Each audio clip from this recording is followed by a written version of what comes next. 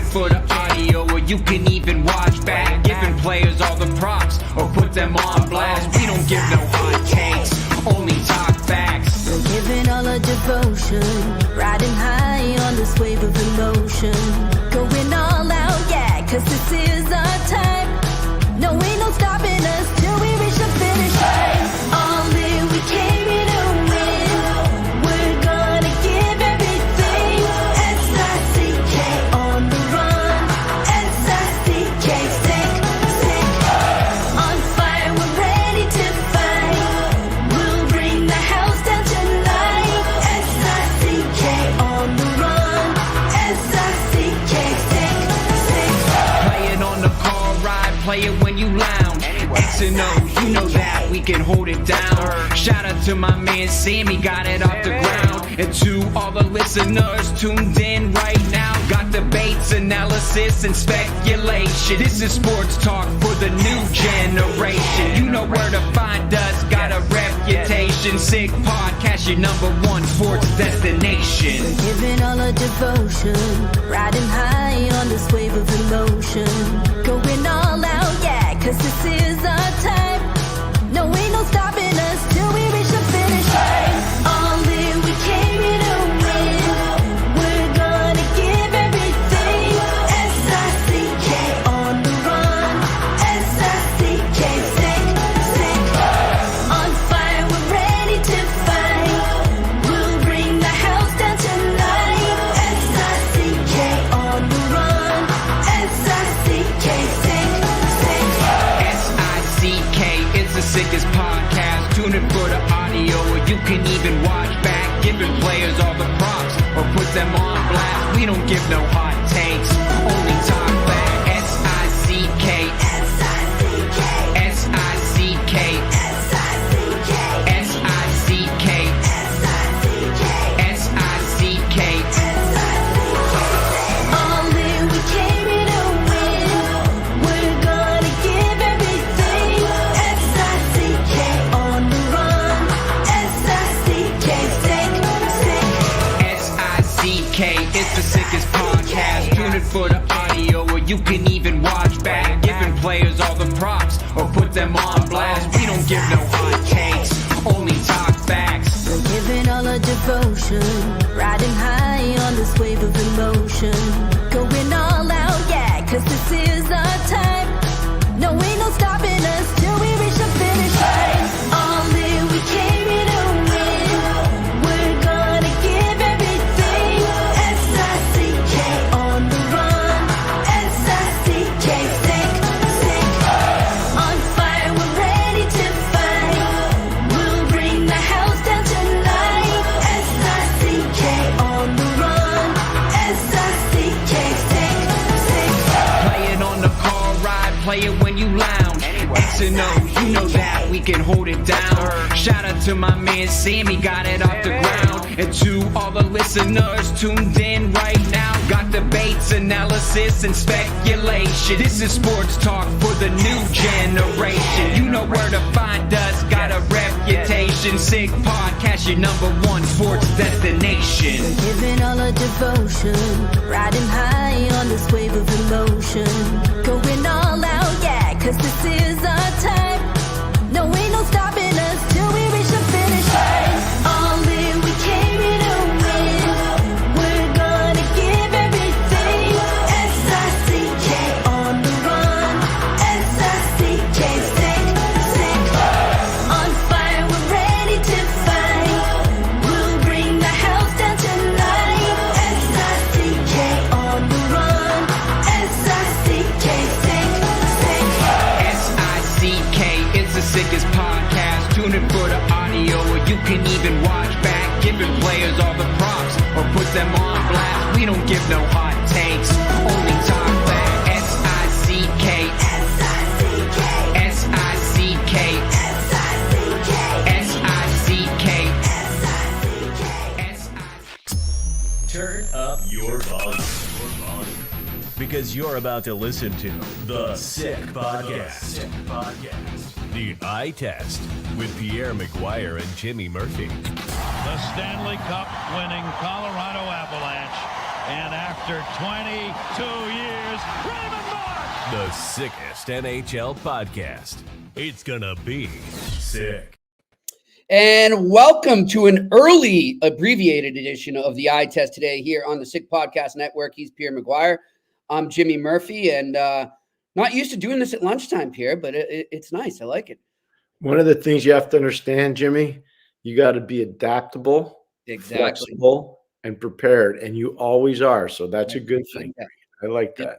We are. And we were just talking off the air, Pierre. Lots happened in the NHL in the first real full night back. I know we had 2 games Monday night after the All-Star break, but last night really got things going again. Tons of action, some interesting games across the way there.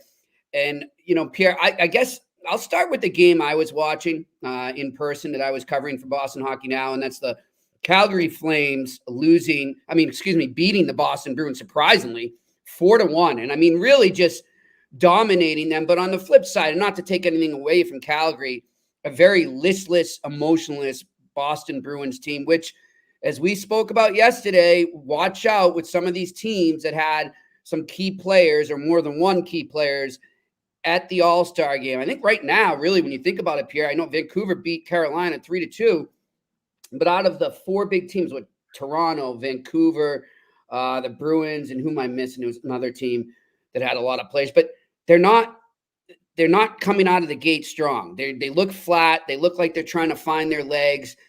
And one thing I loved, Pierre, as I told you off air, was what Nazem Kadri said after the game to the media. I was right there. And, of course, Kadri's not well-liked in Boston from his Toronto days. Yeah, except if he was wearing a Bruins sweater, they would like him a lot. Oh, of course. He's like a Martian. You're talking about the hyenas and the lion? Yep. Yeah. What a quote. He said, somebody said, how do you come in here and beat the best team in the East like that with everything that's gone on, with Lindholm being traded, all this stuff going on around you?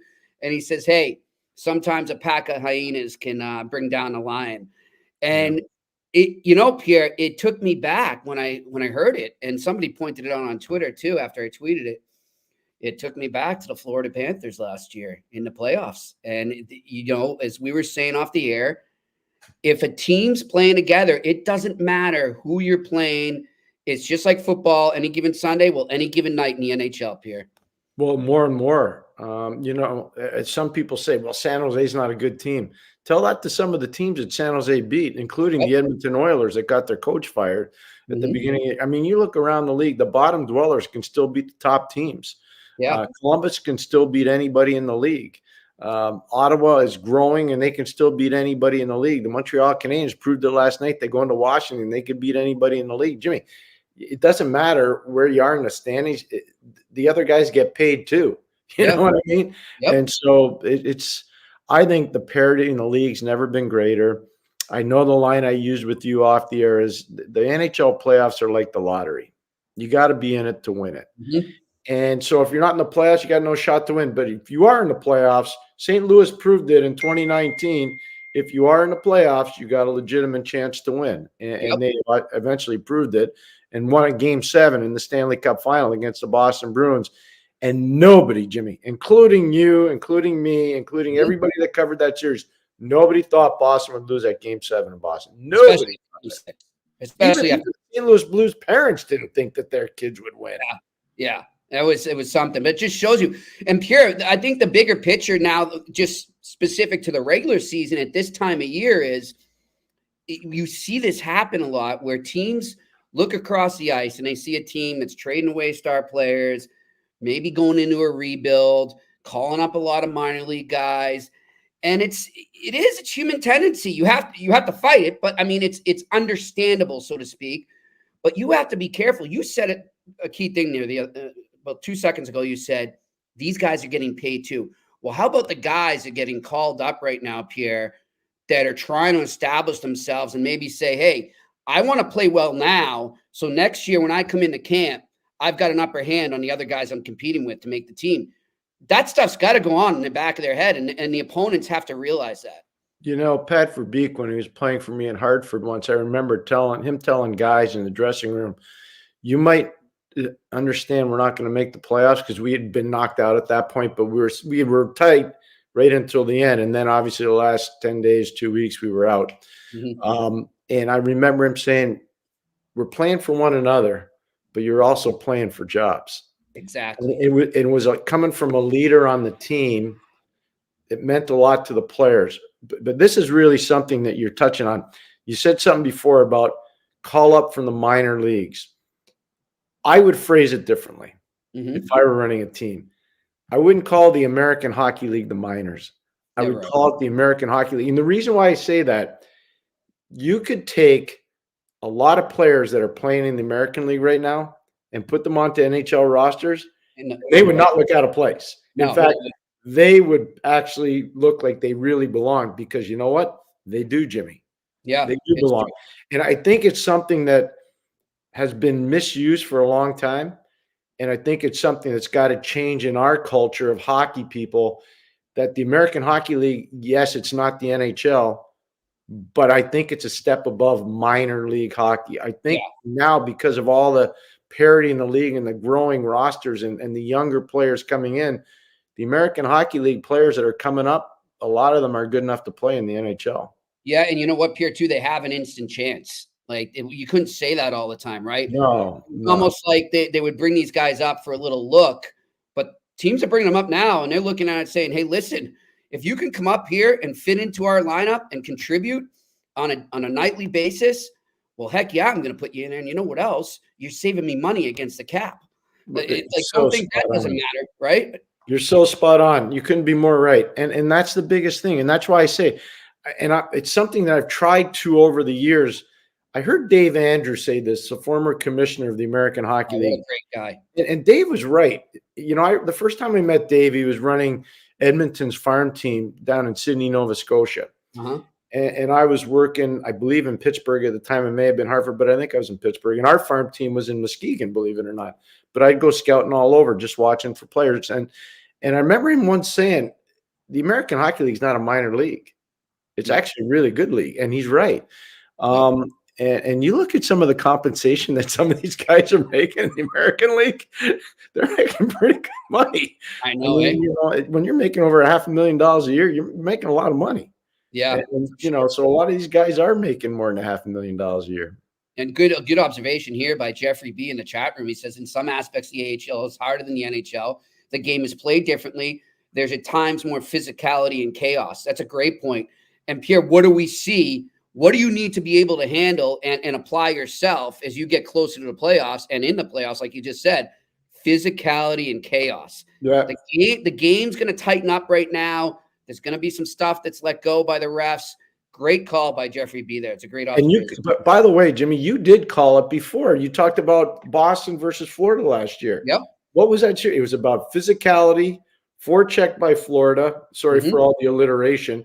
But the biggest thing was wolf pack mentality. Exactly. The Panthers were hungry people.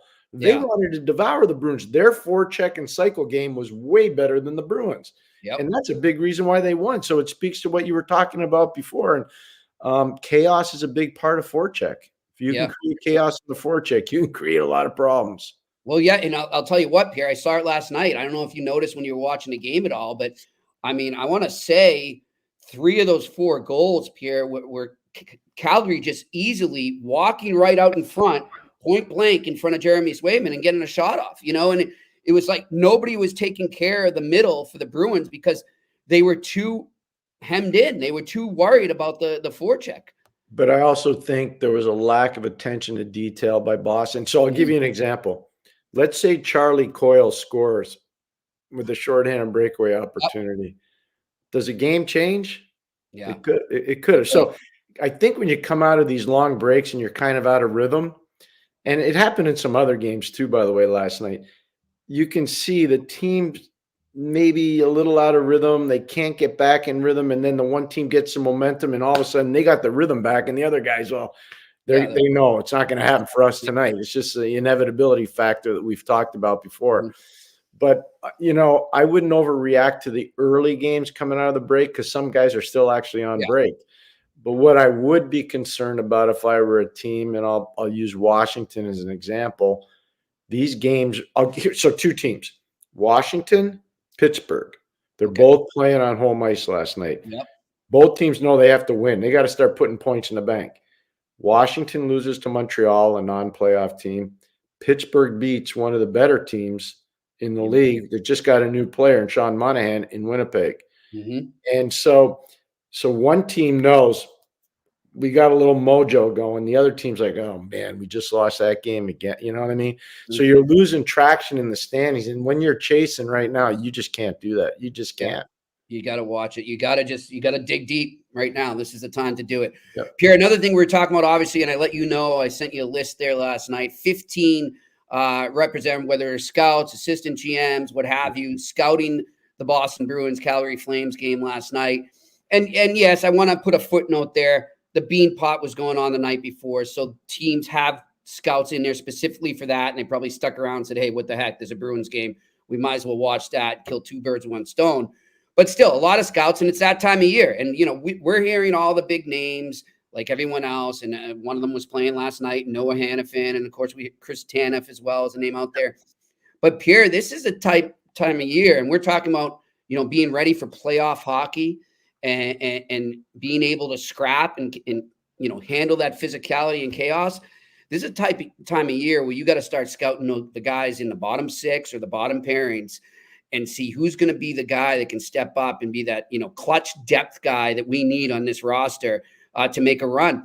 And you brought up a great player that, you know, was in action last night with the Washington Capitals. And with that loss, if there's maybe one or two more, all of a sudden they go into sell mode. You know, who's a player on the Capitals that maybe is flying under the radar? Well, I think he's probably one of the more underappreciated players in the league, Nick Dowd. And if you go back the last 5 or 6 seasons, he's always been a plus player as a depth player for a Washington Capitals team that's been pretty good, pretty consistently good. But he doesn't get sugar time. He doesn't get big offensive minutes. He doesn't get power play minutes. He's a guy that does a heavy lifting. Big end zone faceoffs, he's on the ice. Big penalty kill, he's on the ice. Big matchup situation, he's on the ice. Change momentum from a negative to a positive, he's on the ice. So Nick Dowd's a valuable guy. And, you know, you do the deep dive on the player. He's got 1 year left. He's 33 years of age, played at St. Cloud State. He's got 1 year left on his deal, Jimmy. It's $1.3 million. I mean, come on. Yeah. Like, this is a guy that knows how to play. This is a guy that knows how to win. This is a guy that's been around some star players. Yep. I mean, so you look at it and you say, okay, he's that one player that energizes my dressing room when he comes in, because the guys around the league, they respect players like him. For sure. For You sure. know?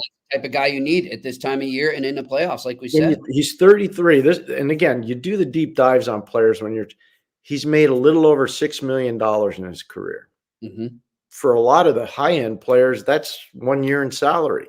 Exactly. So as a 33-year-old player that played 4 years at St. Cloud State, he's a guy that, you know, is going to give you everything he's got because he knows the clock is ticking on his career. So if you're a team that thinks you got a chance to win and you're that one checker away or that one energy or character player away, Nick Dowd's your guy.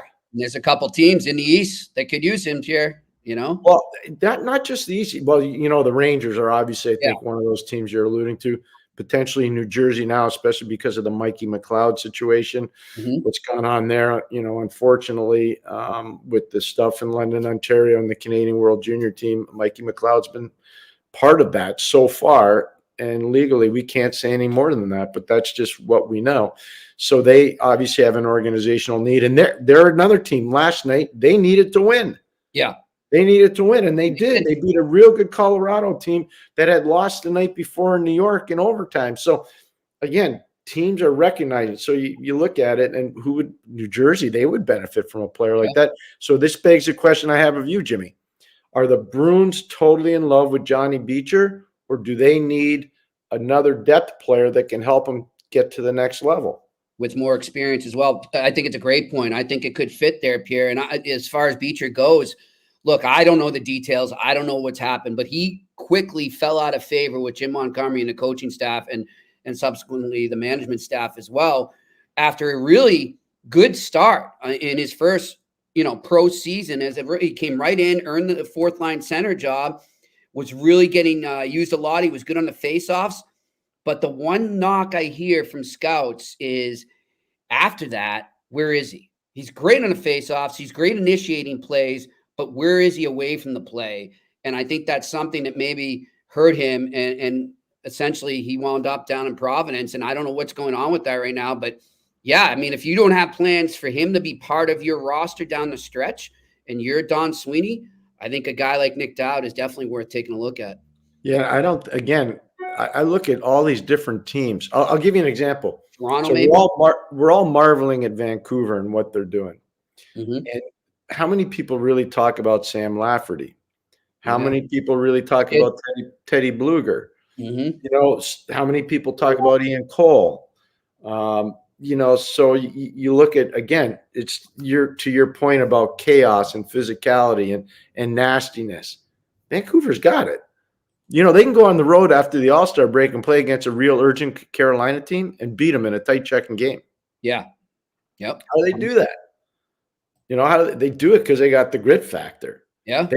They have players that clearly aren't analytic darlings. They just pass the eye test. Yeah. That's what they have. And that's what they're doing. And hey, great job again by Jim Rutherford and Patrick Alvine. I think what they're doing out there is amazing.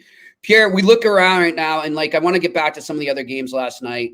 And of course, the one I want to talk about is the Vegas Edmonton one, and where your record is still alive. Your record is still alive. Yeah, the Pittsburgh Penguins are still alive. They're like the Miami Dolphins back in the early 70s. Just keep that undefeated season going, and when the other team doesn't make it, you just drink champagne. So I know a lot of former Penguins were really happy from the 90s teams, 91, 92, 93 teams.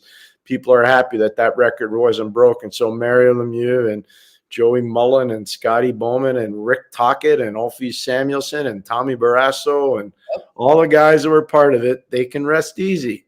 Yeah.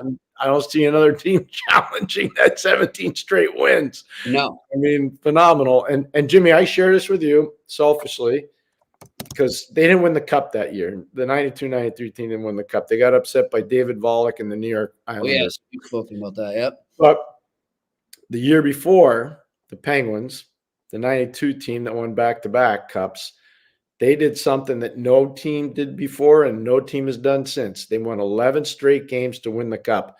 I think it'll be harder to break that record than to go the 17 straight in the regular season. I really do. Yeah. No, that's something. That's an unreal record to have there. But Pierre, I think, that being said, it's tough that the Oilers lost their streak and they were unable to break a record that they'll probably never have a chance to do again.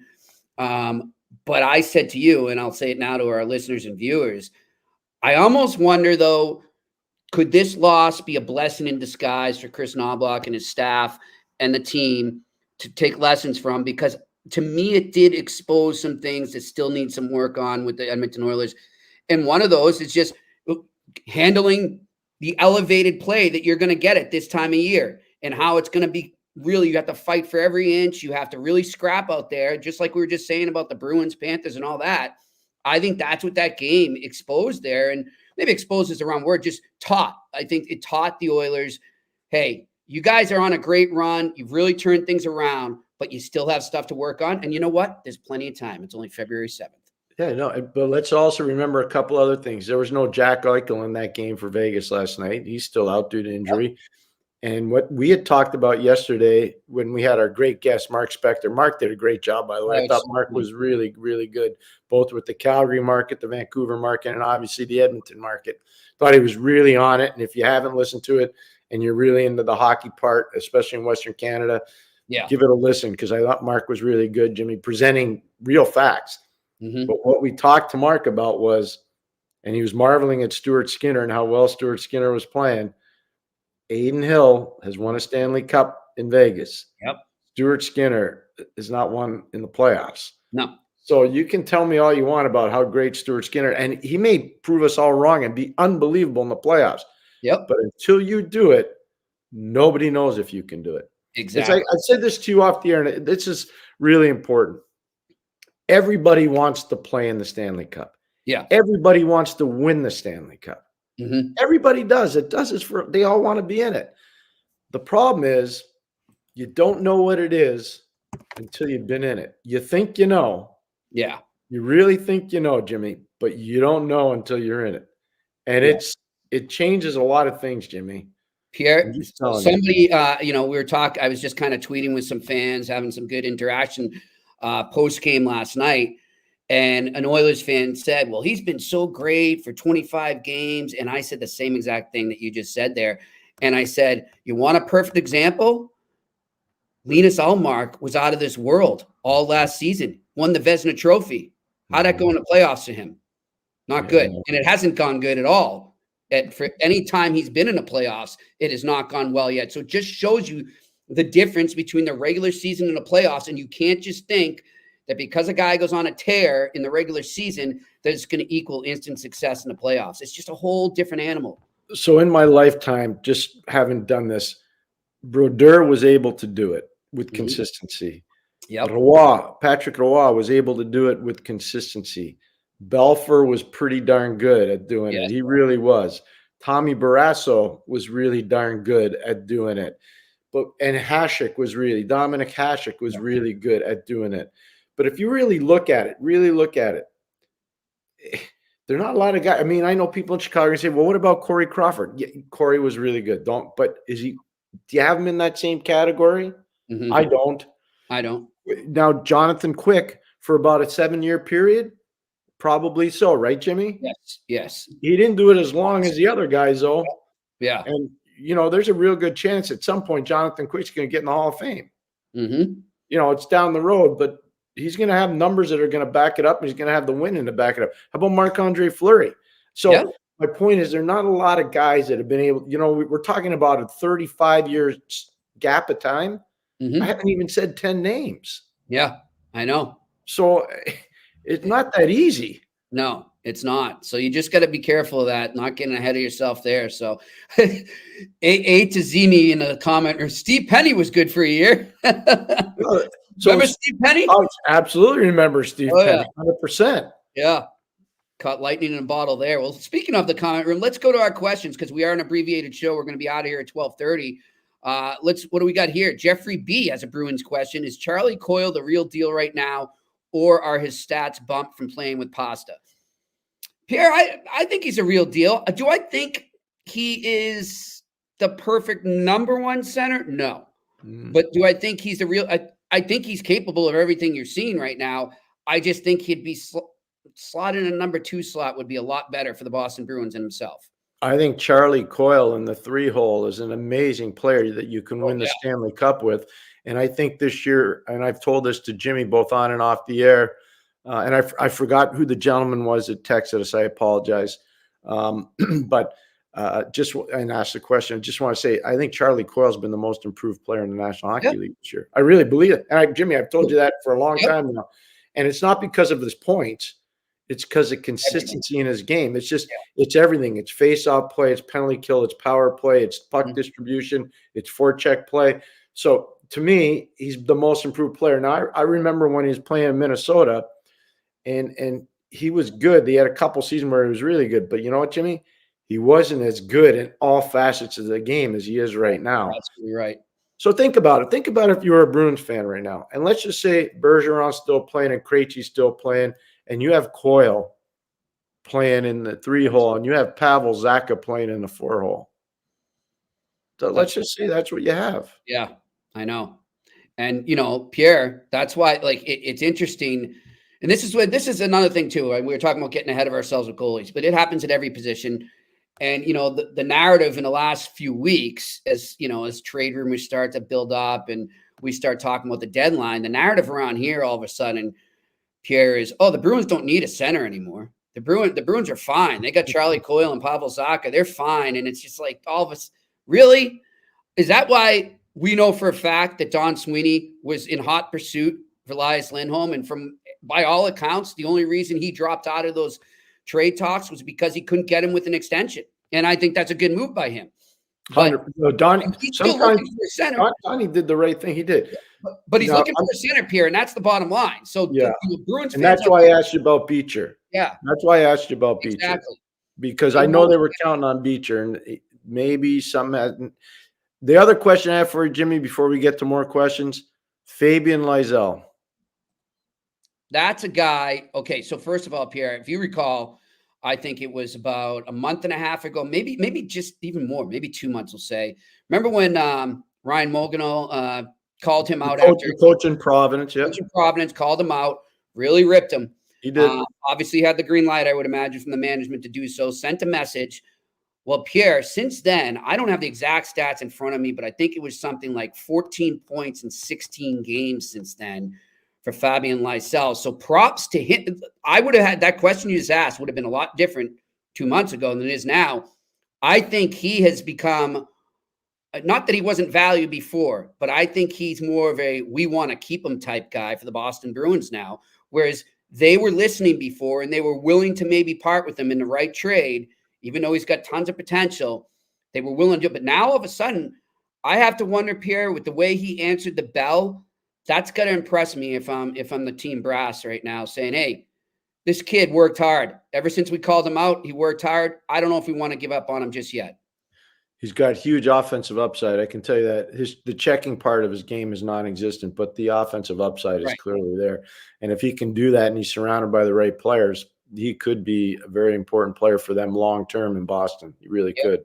And that's the one thing too, and we're going to get to our final question in a second here, Pierre. That's one thing too, and I don't mean to go too Bruins heavy here for all the other fans out there, but that's the one thing I wonder when it came to the Lindholm talks, when it's come to other trade talks that maybe Don Sweeney is engaged in now. I wonder if he's really looking at it and saying, unless it's just absolutely the perfect fit, I don't really want to give up my prospects. I don't want to give up my 2025 first because we hardly ever pick in the first round. We don't have one this year. We don't have a second or a third. And he's got a ton of cap space coming up in the offseason. I don't know if maybe the urgency to act before the deadline is as urgent as it was last year, given the circumstances.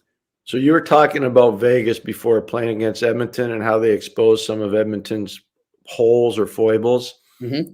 Imagine a Bruins team that adds Noah Hannafin to the roster.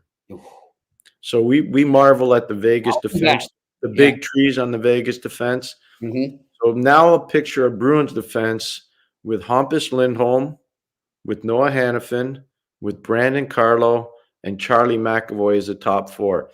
Then you choose whomever you want to be 5'6". Yep. You choose who you want to be 5'6". A bit, you've got huge roster flexibility, Yep. but you choose who you want to be. So you tell me that wouldn't stabilize the Bruins for years to come with those four defensemen because they're all young.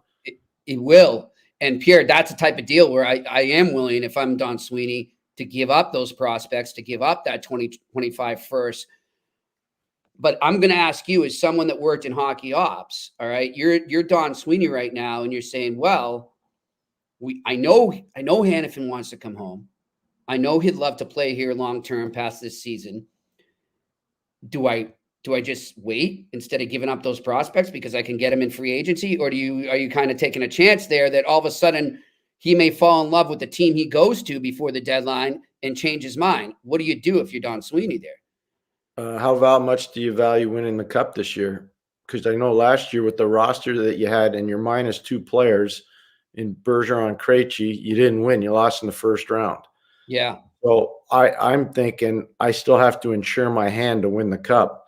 And I'm probably going to have an easier time getting Noah Hannafin to come to Boston than maybe any other player that's available because he's a St. Sebastian's kid that played at Boston College and his family still lives in the area. So the Bruins have had a lot of success over the years doing that with Boston kids. Yeah. It's kind of like, hey, listen, it's kind of like the Detroit Red Wings right now. Steve Yzerman's taking a bite out of that apple. Yeah. JT Comfort, Andrew Cobb, Dylan Larkin, Alex DeBrincat.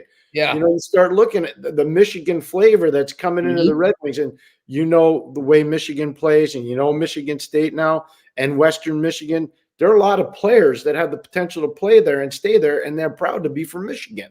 Yep. And I get it. And they grew up worshiping at the altar of the Detroit Red Wings. Hard not to. Yeah. When you see the all-star players that have played there over time when these kids were young. So I think that's one chip in a game that people are discounting on the Bruins side of it, that Boston familiarity for Noah Hannafin. I don't know that. I haven't talked to. The last time I talked to Noah Hannafin was at the Dexter School graduation because I think his sister was graduating from there, and I was there to go watch a friend of mine's son graduate. Okay. That's the last time I talked to him. Yep. And so what I'm saying, though, I'm 100% on board with you, Pierre. So you're saying that, I mean, if you get the chance, grab them, no matter if it's now or free agency. I'd do it now if you could. Yeah. Now I don't know what the price point's going to be. You know, Well, Craig Conroy's probably going to drive a hard bargain. I get it. I would he too. is. He And is. by the way, Jimmy, he needs to. He He needs needs to. to. Yeah. You know, some mistakes were made before he became the general manager. He's part of the staff, Yeah. but he's not going to wear it because he wasn't a GM of record.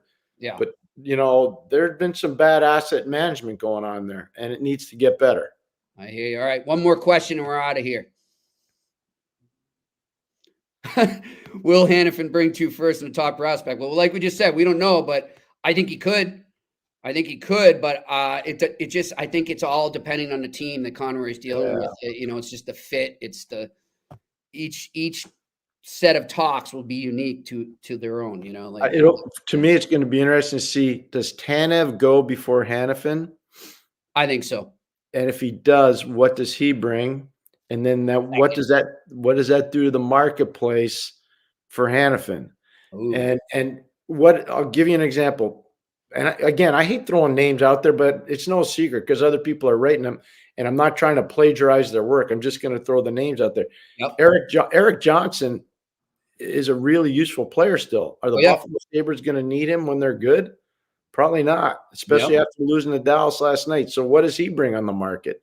Yeah. So you start looking around at some of these teams, you know, and I don't believe this is true for a second. I've heard people say, well, Mike Matheson is going to be out of Montreal. I don't believe that. No. I don't believe that. No. But if he is, what's the marketplace for him? Yeah. If he is, it really opens up the marketplace. Again, I don't believe that he's going anywhere. I think he's treasured in Montreal, and he should be. Yeah. So you start looking around at some of the teams. Okay, Chicago Blackhawks. What is Seth Jones worth? By the time they're good, where will Seth Jones be in his career? Right. You know, I don't know. I mean, what's he worth on the market? And Pierre, he's probably asking himself the same question. So I'm sure he'd waive to go to a contender. You would think. Who knows? We don't know. Here's what I don't know what teams are prepared to pay or not pay. Yeah. What I don't think he's available. But what does Jonas Brodin get on the market? Oh, Jonas Brodin. So I mean, him up if I'm no, but you know what I'm saying, right? Yeah. I mean, so it's hard to say what the marketplace is. But I'll use an example. I think Colorado's a really good team, and I think Colorado has a legitimate chance to win the Cup. I really do. But I don't know if they're good enough in goal, and I don't know if they're deep enough on defense. I agree. Might be a match with Montreal there, if you ask me. Wink, wink. Or maybe Seth Jones goes to a place where his father used to play basketball. Oh, good call. Good call. Who knows? Who knows? Pierre, it's going to get crazy. That's all I can say. It's about to get crazy in the NHL, both on and off the ice. The action's going to pick up. I think we've seen it in these first wave of games back to that as we started this show off, Pierre, no nights off. You just can't. You can't afford it no matter where you are in the standings. You cannot afford it right now. And on that note, I mean, Pierre, I'm ready to buckle up. It's my favorite time of the year. I'll tell you what, Pierre, March to me, and I know we're only in February, but I can't wait for March because in March, the hockey goes to playoff level, right? It goes to Stanley Cup playoff level. Then you've got all the college hockey tournaments, right? Which I know you're looking forward to. Yeah. And it's St. Patrick's Day. It's the best time of year. So I can't believe an Irish guy would say that St. Patrick's Day is your big holiday. Yeah, I know it's an amateur day. Every day when you're Irish. Exactly. But Pierre, you know what? I don't sell it. It's a great point by you quickly. I don't go nuts on St. Patrick's Day. I enjoy the days leading into it when there's more live Irish music available and people are getting into the spirit. That's what I like. But as far as I'm concerned, stay home on St. Patrick's Day. It's amateur day. Just like New Year's Eve. So there we go. Anyhow, listen, great episode. I apologize. We're so brief today, but we will be back in full force tomorrow. We're hoping to have a big guest lined up for you Pierre's working on that. And then, well, no, I'll tell you exactly. I won't tell you who it is, but the only way we won't get him is if he's not out of the dentist chair in time. How about that? We'll figure a hockey announcer at a dentist. It's a really good guess. And last week, you would say, yes. We had, I think, John Shannon, one of the best guys. He was phenomenal. And earlier in the week, we had Doc Emmerich. I know. It was one of those weeks, man. These guys are unbelievable. And so the person that potentially could be on tomorrow, as long as it works out at the dentist, he's in that category. That's all. He's in that stratosphere for sure. And I really look forward to it because I listen to him with a mutual friend of ours a lot. So, and I just love his stories. I love his take on the game. So looking forward to that if we can do it. And I'm looking forward to it either way, Pierre, because I love coming on for our viewers and listeners here. Thanks to you guys for your comments there and your questions. Thanks to our production crew out in Vegas. Hope you're enjoying the Super Bowl festivities. And thank you to you, Pierre. We will talk tomorrow here on the Eye Test on the Sick Podcast Network.